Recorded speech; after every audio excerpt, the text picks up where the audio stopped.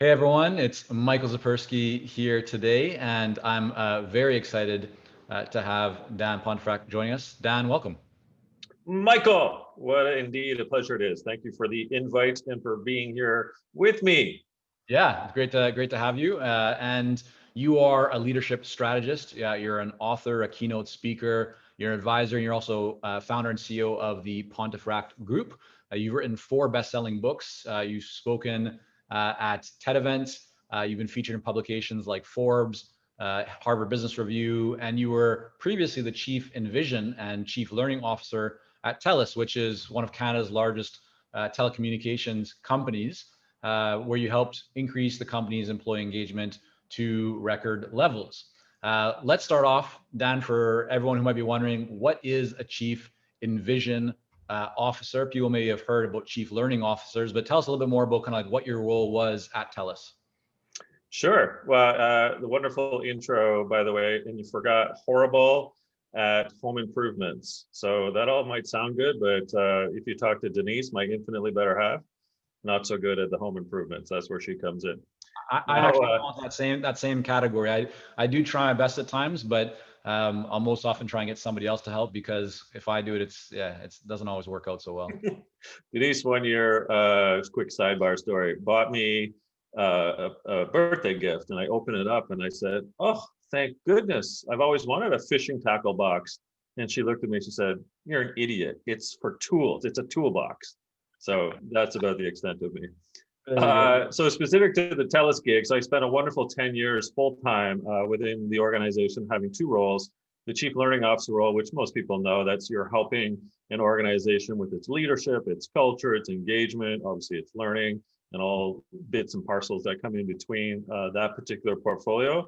What we thought we'd do at the 5-year mark of my tenure was that we would go and help other organizations with culture change, with leadership, with engagement, with flexible work styles. And so we put together a kind of a troubadour outfit, and I acted as its chief envisioner to help other organizations future set, the way in which they were operating. So again, that was another wonderful 5-year road, which then more or less led me to become who I am today, which is being more of an external guy, helping other organizations right across the world. Are you still working within TELUS, or has that shift completely happened out It's of it? again another remarkably wonderful story, I would argue, with what TELUS is, and I suppose how we work together still. So I left full time January 1st, 2019, from that aforementioned role, and although the unit that I was running kind of continued, but not with me at the helm, TELUS has employed me ever since now in 2 capacities. One, to continue running what is called the TELUS MBA program, which is I put together when I was still Chief Learning Officer, was a chance for TELUS team members to embark on a 2-year MBA through the University of Victoria's School of Business. And it's just for TELUS, dedicated to balancing purpose with profit.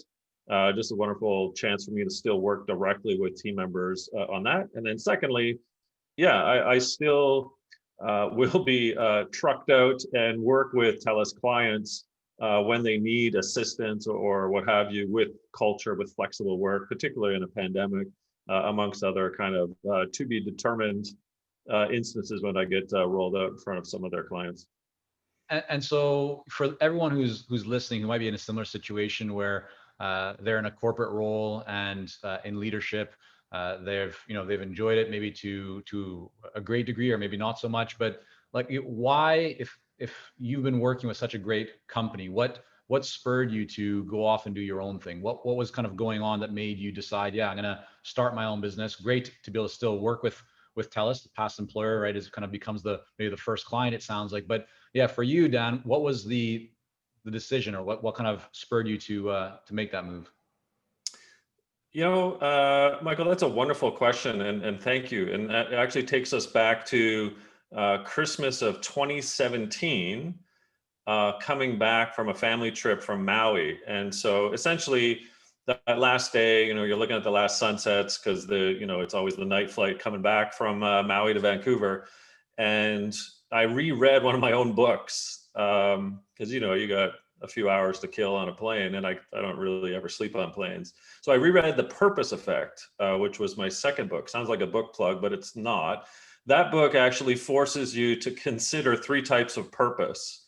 What's your personal purpose, i.e. what you believe, what you stand for, what gets you up, what's your mojo, right? What are your dislikes? But then there are two other types of purpose. There's organizational purpose. Does that place in which you work stand for something greater than itself, than profits, than EBITDA, et cetera? And Telus had that in spades. I mean, I was locked in on their purpose for sure. And then role purpose, i.e. do you feel valued? Are you able to contribute value? And you feel that your mojo, that's your personal purpose, is in alignment with your role purpose. And I was realizing that I had just crossed the 10-year mark at Telus, and I had my father, 73-year-old living in England, on my, kind of my shoulder, as the devil might be in some of those cartoons, whispering into my ear, Michael, like, don't you think it's time to put on your big boy pants? Don't you think it's time? And so as I'm rereading the book, I'm thinking to myself, well, I can't not die at some point in my life, as we all do. And live a life of regret, or be in a bed, if you will, waiting to pass away of regret, thinking I've never given it a shot. And so I was really in disarray a bit personally with my own personal purpose. But although I love Telus and I loved my role, it was actually now out of sync. Yeah. How long would you say so, that you were thinking about that? Like the idea of entrepreneurship, starting your own business, how many years prior did that kind of seed get planted in your mind? I suppose it started when I started writing books and started doing external keynotes, which was in 2012. Right. So I was fortunate to continue, obviously, to be at Telus, wrote a book called Flat Army, wrote a book then, The Purpose Effect, then wrote a book called Open to Think, about a better way of thinking. And these books were all under, quote, the Telus dime, written at night, of course, et cetera. But I kept thinking, okay, well, I've started my own business because I'm writing. So you're getting paid royalties from books, not a lot, but enough to say, oh, you're in business. But really, it was when I started that Telus transformation office role, that function of working with external clients more so than ever, really realized to me that, oh, I can be in that consultative mindset. I can be in the consulting business, if you will. Not only can I deliver keynotes and workshops, but people actually want to tap into sort of my brain, if you will. If that sounds too egotistical, just stop me, Michael, for some of the wares and experience that I have to help them. And so as much as I loved doing what I was doing for Telus, I thought to myself, maybe there's a win-win here. Maybe there's a way in which that I could help Telus, but I also could help me personally, and then sort of launch myself into the Pontefract group as we launched on January 1st, 2019.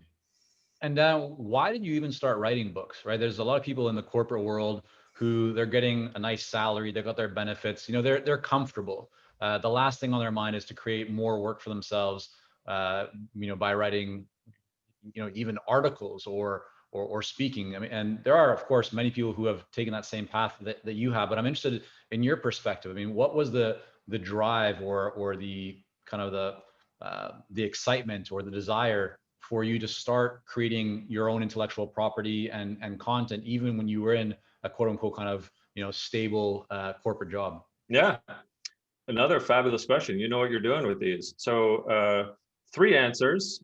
The first of which is pretty simple. It keeps me married. Out of Denise's hair is a good thing. So there's that. But more seriously, on points 2 and 3, number 2, I have stuff to say. I mean, my brain is kind of moving all the time. And so I was fortunate to be asked to write for Forbes. I've done a couple pieces in HBR. I've been speaking a lot. And it just sort of made sense to me that I begin the journey of getting some of my thoughts out there, not just in articles, but in thicker tomes. Yeah. And if you don't mind, actually, just to stop for a second, why did you start speaking, Dan? Like, where did that come from? Again, a lot of people are in the corporate role. They would just be comfortable doing what they're doing. They're focused on their team and the business. But you went external, right? Did that come from the CEO of the company saying, hey, Dan, we need you to go out and to build our brand and to be more visible at conferences? Or was that a decision that you kind of arrived at yourself? Where was that drive for you to actually get out? Great. So I came from being a senior director at SAP with its education services function, so doing all kinds of funky things, when I joined Telus in the year 2008. When I joined Telus, looking back at the SAP experience, I was dabbling in some public speaking, but not a force to be reckoned with, if you will. And so I consciously made a decision when I joined Telus in December of '08 to become way more public in both speaking and writing. Why? And it took 3 to 4 years to continue, pushing myself, making myself be known, if you will, both for the writing and for the speaking. And that lent itself to a book publisher, Wiley, seeing me in an audience, or from an audience, I should say, on stage, and saying, maybe you should write a book, Dan. So it was very conscious. Now, to get to point 3, which actually relates to this question with speaking, I didn't think about this at the time in terms of how Dory Clark puts it in Entrepreneur You, and Dory being a really good pal of mine, but it's to diversify yourself. When you find ways of both diversifying yourself out there publicly, speaking, writing, some other things you might be able to do, you set yourself up for the success, I believe, and the potentiality of you maybe doing something different than what your role is. Like basically my playbook, which was in 2008, I'm going to be public because you just don't know. I'm going to write books. That's part of diversifying. The speaking's diversifying. The role I created next at Telus with TTO, the Telus Transformation Office, was another diversification strategy, which then allowed me to then, to your point, have an anchor client when I left, but to have all these different tentacles, if you will, or even antennae out there in the world to potentially be asked to do some business with. And I mean, knock on wood, so far so good.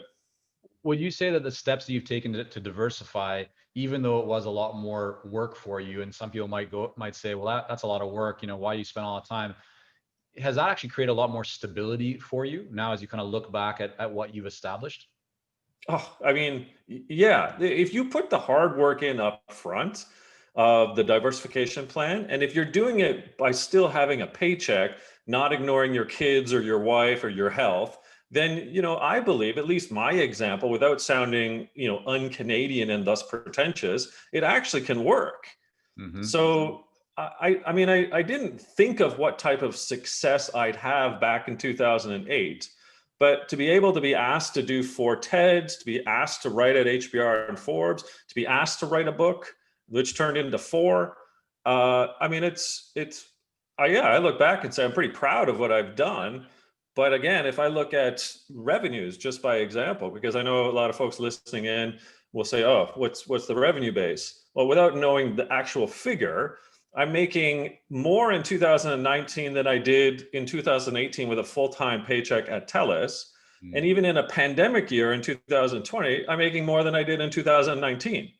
So something is working. And again, knock on wood, that I continue not to be overly arrogant, but to take care of your clients. And it's not about money, it's about serving. And if I can serve, then the money comes. Yeah. So what I'm hearing you say, I mean, and not to put words in your mouth, but developing your intellectual property content has been really at the forefront of driving this business. Would you say that's accurate? I think that's completely accurate. Yeah. Okay. So for those who are listening, watching, going, yeah, Dan, like I get it. I know I need to put myself out there more. I know I have value that I can contribute, that I can serve, and I can make a difference. But they actually haven't leaned in. They haven't, start to write articles or post videos or, create white papers or do webinars or written a book. So they've been thinking about content creation for quite some time. They know the value of it, and they can see that all around them. Like the proof is there, but they haven't actually started. What would you say to someone in that position right now that might not be putting in the work? Any advice for them? Any best practices? Any thoughts as to? Yeah, go ahead. Yeah, I mean, twofold. A, get off your ass. Like, nothing comes to you without hard work. But secondly, stop comparing yourself to Seth Godin and Simon Sinek and Susan Cain and some of the giants that have indeed done this already, and they're making gazillions of dollars. Your metric is not the celebrities. You will find your niche once you put the power and the time and the effort into it. So step 1, get off your ass. And step 2 is stop comparing. What would you say as you kind of look back on the last, couple of years or so of running your own business? What's been most difficult for you? Well, frankly, I'm an egregiously optimistic, open people person. And although that's a bunch of words all discombobulated together there, I do miss leading people and I miss teams. Now, Mm. I'm part of a bunch of consulting projects, and so you actually are part of a team, but it's different. I mean, I'm turned 50 next year, and so for the better part of 25 years, I was leading teams, organizations. I had a team. I would do performance reviews. I would coach. I love it. So I honestly do miss the natural innate, I suppose, leadership tendency that I have, which is to lead, which is to lead people and to do it with affection, compassion, and love. So I miss that, although the books and the writing and the speaking all speak and write and kind of purport to that. That's the biggest thing that I do miss, Michael. You mentioned that your revenue is up in 2020, even giving the pandemic, the uncertainty, all the challenges that we're all facing. And you're not alone. We've seen that in our business. We've seen that in many of our clients' businesses that we work with as well. But a lot of people are concerned about, or at least it's top of mind for them, how can they deliver value to their clients when they can't meet them in person, or at least that's a lot more challenging to do. You mentioned, right, you're giving keynotes virtually, you're working with clients virtually. What have you found? Are there any kind of best practices, Dan, or anything, kind of tactics, tips that you would offer to people so they could still provide great value and that feeling that they might be able to have when they're working with a client in person, but now virtually? Yeah, I think there's a few things that I've been able to grapple with. I mean, it's not as though in 2008 I had pandemic on my dance card or bingo card for 2020, nor did I have it on January 1st, 2019 when I went solo. But let's say, when the world fell off a cliff in mid-March of 2020, there was a bit of a reset that we all had to do. And even for me, and I mean, I had 10 face-to-face gigs cancel in the month of March that were booked until basically the end of June. And when I say canceled, I mean done. We're not going forward. We don't want virtual because no one wanted to do virtual back in mid-March. Right. Now, as kind of things progressed, one of the first things I did was I ran something called Speak Aid. So I thought about my youth. I thought about Live Aid that occurred in Philadelphia and London. I said, well, why don't we do that for speakers who are, quote, out of work right now? Even though I have consulting gigs and other things going on, I was kind of thinking empathically about these speakers. So we ran a 5-day, 8 speakers a day, 1-hour speaking slot to raise money for Red Cross and Red Crescent Society. And we raised like 35 grand, but it was a chance for me to give back for free, if you will, to a bunch of folks that could join in and listen in on these great speakers from around the world. And we had like 3,000 people show up on a daily basis to these things. So my point being is, if you can strategize, at least to the point in which you're able to, what could you offer pro bono, and then provide potentially a new network or an additional network some goodness that is helping them for a specific need that you have, as in terms of your expertise. I think that does go a long way. I mean, a second example was I created 2 portals. One was a flexible work portal for leaders, like remote leadership, and then another was, oh, you're a remote employee all of a sudden. What do you do? And these 2 free portals, which had basically about 15 videos each and job aids, we got downloaded like thousands of times. And again, some of that turned into, oh, I bought your book. Thanks for the flexible work. Oh, could we hire you for a workshop because I saw your portal? Hey, could you do a keynote for us? Or hey, we're thinking about a culture assessment based on your portal I saw about flex work or remote leadership. We think you might know what you're doing. So little bit of the lost leader stuff I think is really important anytime, but in a pandemic, I was very specific to kind of think about what might I offer, the clients. So I'll give you one last example. So I just published a book called Lead Care Win, How to Become a Leader Who Matters. Came out at the end of September, sorry. And I knew that what I wanted to do was also release a complete online learning program for leadership development based on these 9 lessons found in the book. So between April and August of this year, I was inquiring with folks to see if they want to be part of a beta.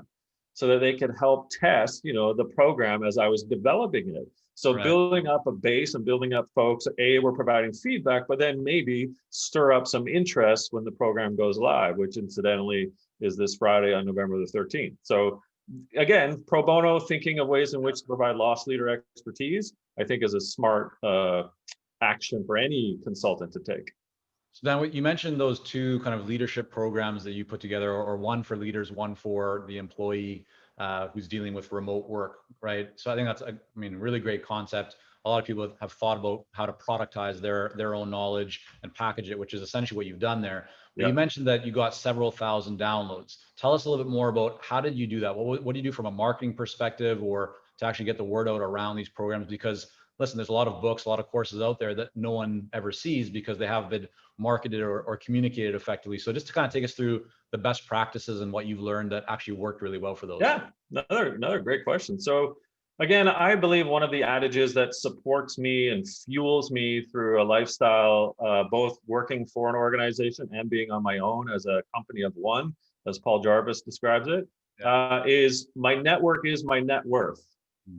And so I truly believe in tending to, curating, nurturing, watering, adding fuel and oxygen to your network at all times. Like it's not a project for an hour on Fridays. It's a constant, how am I checking with the network? Who else might I be connected to? How might I introduce somebody?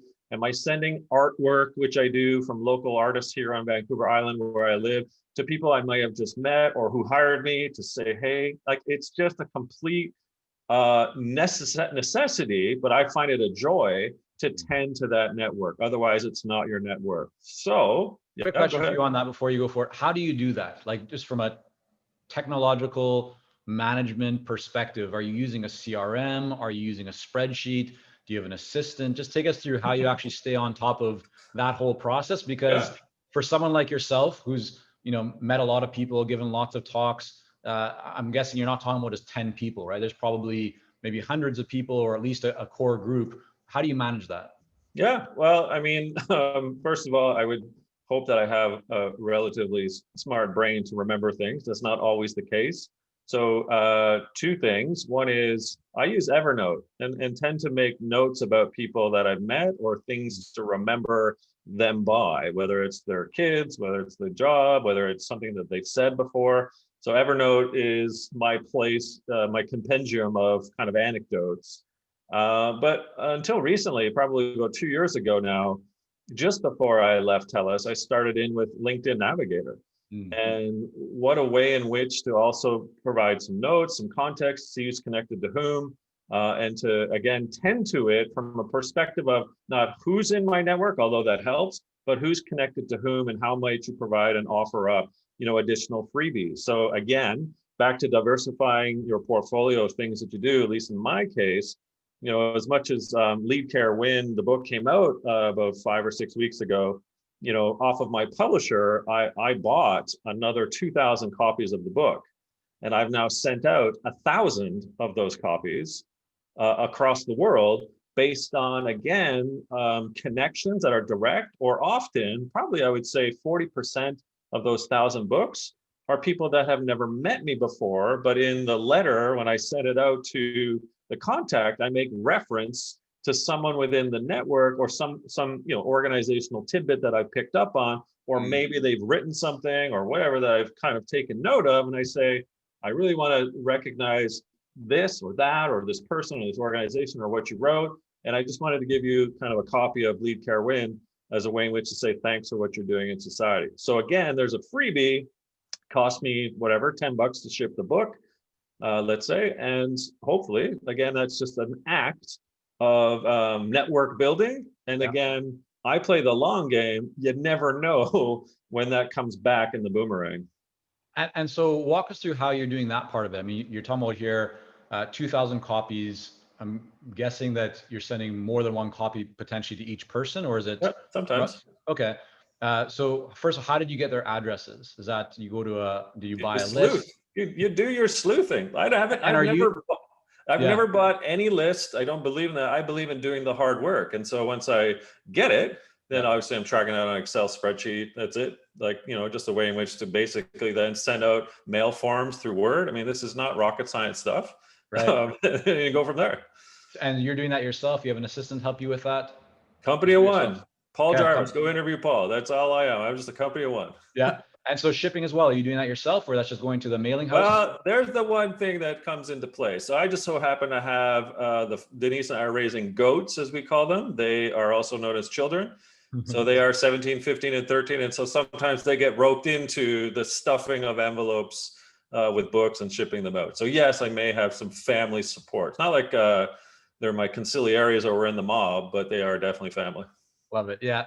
I mean, one thing you just mentioned right now that really resonates is, you're talking about $10 a book, 2,000 copies, $20,000 or so. I mean, you're investing into your business.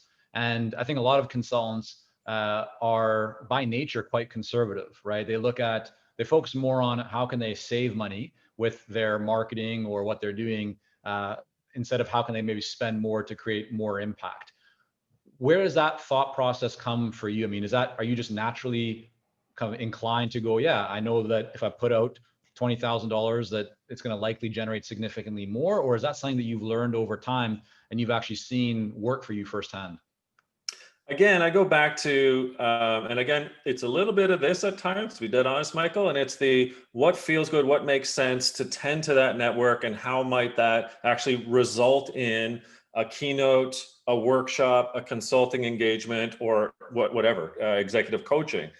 And again, the theory seems to be playing out. So I've had a relatively long runway as well. So again, planning for this took time. First book in 2013, second book 2016, continued to talk, continued to talk, continued to talk, continued to write. Third book 2018, then make a decision, leave, it's 2019, go through 2019, write another book, do a bunch more talks, do a bunch more consulting gigs, and then new fourth book comes out in 2020, pandemic hits. But again, now I'm diversifying with the online learning program, giving that out and making sure that it gets in the hands of executives, CHROs, CLOs, CEOs, et cetera, around the world. So it sounds manipulative, but it's actually distinctly specific to how I believe the network is jogged, so that they remember, oh yeah, that Dan, the leadership guy, or oh, it's the Dan I saw speak, or oh, it's the Dan who wrote that book, or oh, it's the Dan from the Forbes article, oh, it's Dan from the HBR, oh, it's Dan from that coaching exercise,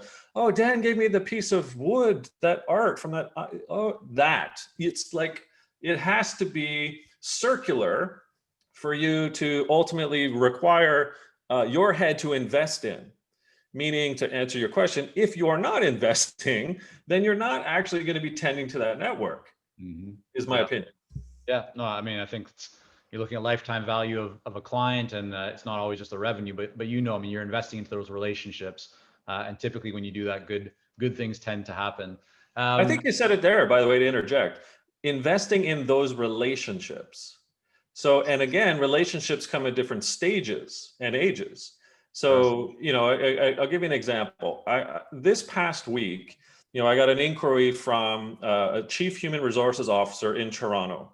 And she, in this case, emailed me and said, Dan, I saw you speak 5 years ago in 2015. And I was really taken aback by that, because you're talking about purpose. And again, this is 2 books in, not 4. So 2015. And she said, like, we're having some difficulties in this pandemic, and we think it's a good time to kind of exhibit the inclination to go and define where our purpose might be. Could you come help? And could you start with a talk and then maybe see where it goes from there? And that's exactly what's been booked. A talk to discuss what purpose is. And then what more likely will be is a consulting engagement to then discuss and define and help them as an organization figure out their purpose. So there's a 5-year runway from this lovely woman who reached out to me this past week. Yeah, definitely. So 2020 has been a year of a lot of new things, or first times, right, for all of us. But if you just kind of look back over the year so far, Dan, what's one thing that has been new for you that you've done that you're very excited about, and that looking back, maybe you feel like, wow, I can't believe that I haven't done this before, and you're excited to continue, using that or benefiting from it going forward? Well, first of all, I've always been a proponent, given what we did at Telus was shift about 70% of the organization to be remote workers. So from home, mobile, a hotel or whatever. And it was just fantastic to drive that, to help drive that at least. What I've seen since the pandemic, the onset of the pandemic, is although the deer in headlights were certainly March through kind of May, June, then all of a sudden organizations and executives started to wake up a little bit and say, well, A, this pandemic thing certainly doesn't seem to be going away anytime fast. And B, maybe we can do some of these things virtually. And the things at least I'm referring to are keynotes and workshops. Like that's kind of a lot where I love being on and excel at, is working with people. Now you'd think, well, Dan, don't you miss audiences and live face-to-face people? Of course I do. I mean, I'm an extrovert. I mean, first person I hug is probably going to get a weird kiss as well for me, right? It's just forget. I don't care about the HR violation anymore. But what I've recognized in my own self was that you have to innovate and make sure that in the keynote and the workshops, whether they're 30 minutes or 3 hours, to be completely immersed in how to make it interactive and different. So for me, it was kind of like, okay, if you did a keynote, you'd be on stage. Now, if you're on stage in what is now my souped up kind of home office studio, how could I do that differently? Well, I played around with it. It took me about a month, and I did a couple trials with some clients for free, and then figured out that I needed 3 cameras, a wall-mounted screen, using Poll Everywhere to embed into the PowerPoint slides so people could participate in online polling and surveying right there. And so I basically created a situation in which every kind of 5-10 minutes, there's something that's different or engaging in this room that makes it feel completely like you're in the room itself. And that's kind of the key there for me. Love that. Are you using any specific technology? I've heard of like Prezi, or are there any tools that you're using to help with that polling or the interaction that you think people should take a look at? Oops, sorry, I think I put myself on mute. My savior is Poll Everywhere, pollev.com or Poll Everywhere. If anyone wants to go check that out. I'm not an ambassador. I don't get paid by them. What I find is that their interactive polling, surveying, quizzes, word clouding, you can embed right into Keynote or to PowerPoint. It doesn't work with Google Slides, but nonetheless, what I do is I share through another, like I have 3 laptops on the go as well, so that I can have these kind of 3 cameras set up. One camera points to a wall-mounted screen. The Mac that I have on that one airplays through Apple TV the slides to the screen. I stand behind this, or beside the screen, I should say, embed the Poll EV slides into that PowerPoint, and then the audience engages. And then I can talk to how the audience is engaging through the surveying, through what horse race is winning and kind of the multiple choice, or the word clouding, or the pictures and who's liking where they're at, et cetera. It actually works fantastically. But again, I've seen people, many quote thought leaders and authors, just go to their homes, flip up their Mac, use the native camera that's built in, and it's just basically a Zoom webinar. That's not going to engage the audience. So you've got to differentiate, and you've got to kind of think about your clients as well, honestly. Yeah, well, clearly you've thought a lot about that with that tech setup. So something we'll need to look into as well, and I appreciate that. Dan, thanks so much for coming on here today. I want to make sure that people can learn more about you and your work and your books. Where's the best place for them to go? Probably the easiest is the microsite that gets you to everything for the new book. And it's just leadcarewin.com. And you'll be able to learn about the book, but also me and everything else that I might be able to do. Sounds good. We're going to have that linked up in the show notes. We'll also put a link to your main website so that people can just go and check out your services and more about your background. It's a nice looking site as well. So Dan, thanks so much for coming on here today. Hey, Michael, thank you. I mean, for what you're doing to help prop up and support consultants around this planet. Good for you. And again, this was great discourse. You clearly, know what you're doing, but great conversations to poke a little deeper in some of the things that I'm doing. So I appreciate that. Thanks. My pleasure.